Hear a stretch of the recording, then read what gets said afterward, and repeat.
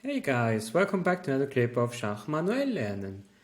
Today we're gonna analyze one of my recent played online games, and it should be a bit the instruction how to attack in chess. We have the white pieces. I start with e4. d6 is the perch defense.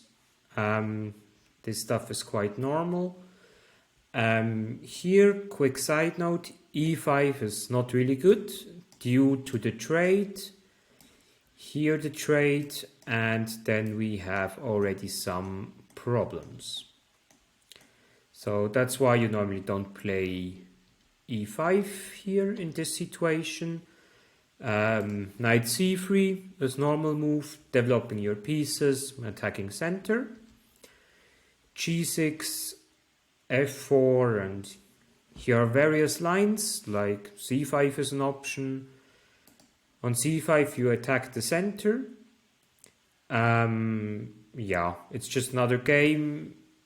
You go away with d5 and yeah. Bishop g7, knight f3 developing. Bishop e2, c5, d5, a6. By a6 the idea is to play b5 and then to attack on the queen side and get some additional space. That's why we try to stop b5 with a4. And yeah, now b5 is not possible because we could capture, and then the rook is hanging.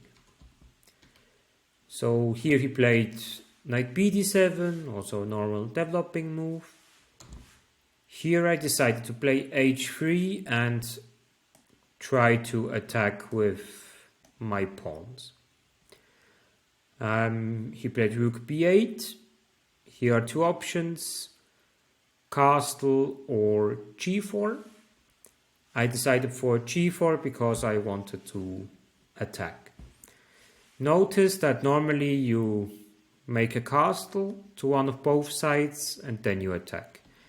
In this case, long castle is not really good because he's anyway preparing the attack here. And short castle, I didn't want to do it because I need the rook on the h file.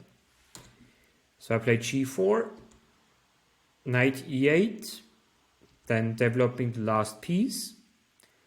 And now he made a mistake that was with not really understandable.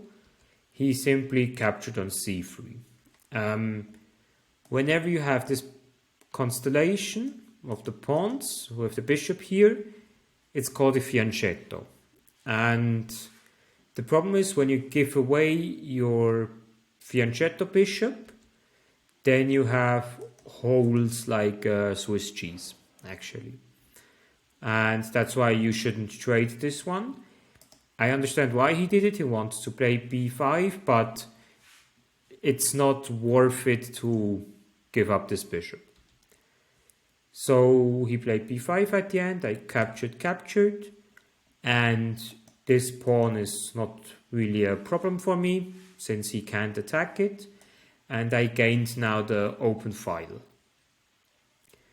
And then since we didn't castle and I said I want to keep my rook here, we play h4. Attacking with the pawns, the king. Bishop b6. He want to come here and trade it in best case against this bishop, because this bishop is really dangerous now here. Played knight d2 in order that he can't play knight c4, and as well bishop f3 for instance. He played c4, another mistake. Now he gives up this square, like here it was always protected. And here now my bishop is really dangerous if he comes here for all kind of threatening checkmates. So I started with h5. The goal is to create here an open file.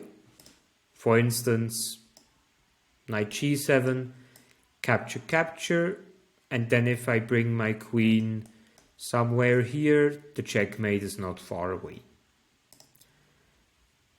After h5, he played f5, and here it got complicated, because now we have here all kind of exchanges that are possible. And here it's important to notice, yes, my king is in the middle, but his pieces are stacking mostly on the 8th rank, so he can't really attack my king. Additionally, my king is on dark squares and he gave up his dark square bishop. So here I decided, okay, I just capture here. If he captures here or something, I can just continue, and because of this bishop, it should win the game. He recaptured, but now, as already mentioned, I play bishop d4 with the idea of rook h8 and then the downfall of black starts. Knight g7. I decided to capture here. This move, I'm not sure which one here was the best actually, because I thought first about capturing with this one, but then I thought, yeah, I don't have too much. Okay, I guess that would have worked as well because of this. Attacking the knight twice. Only way to defend it is that.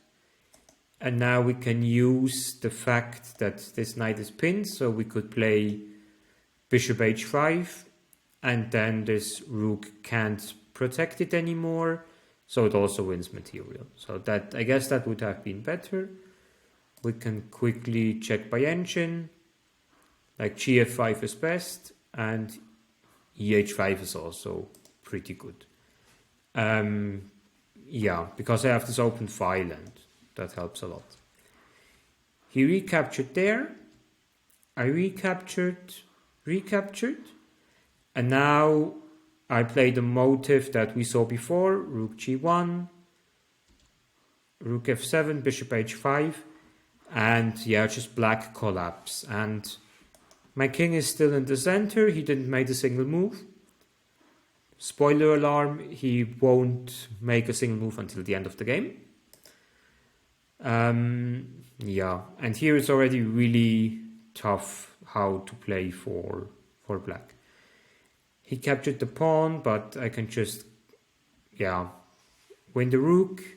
And now the defender from the knight is removed, so I can capture with the rook.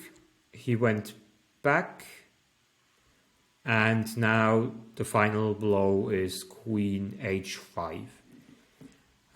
We have here a checkmate that is threatened, and we have here a checkmate that is threatened. He can't block both of them, and he can't run away with the king because also the queen blocks that. So for a summary, how to attack is like you need to push your pawns on the same side as the opponent's king is. Then you need to create open files like that. And then you should play with all of your pieces. Like here you see this bishop does a job, the rook does a job, the bishop will do his job. This rook is important because he controls the open file, and the queen will come later to the game. So yeah, that was a wonderful game. In 25 moves, it was a blitz game, but quality was still quite good. And yeah, I hope you learned something, how to attack by yourself in the future. And if you want to learn it in depth, check out my website for some classes by me. See you soon, guys. Have a nice weekend and take care.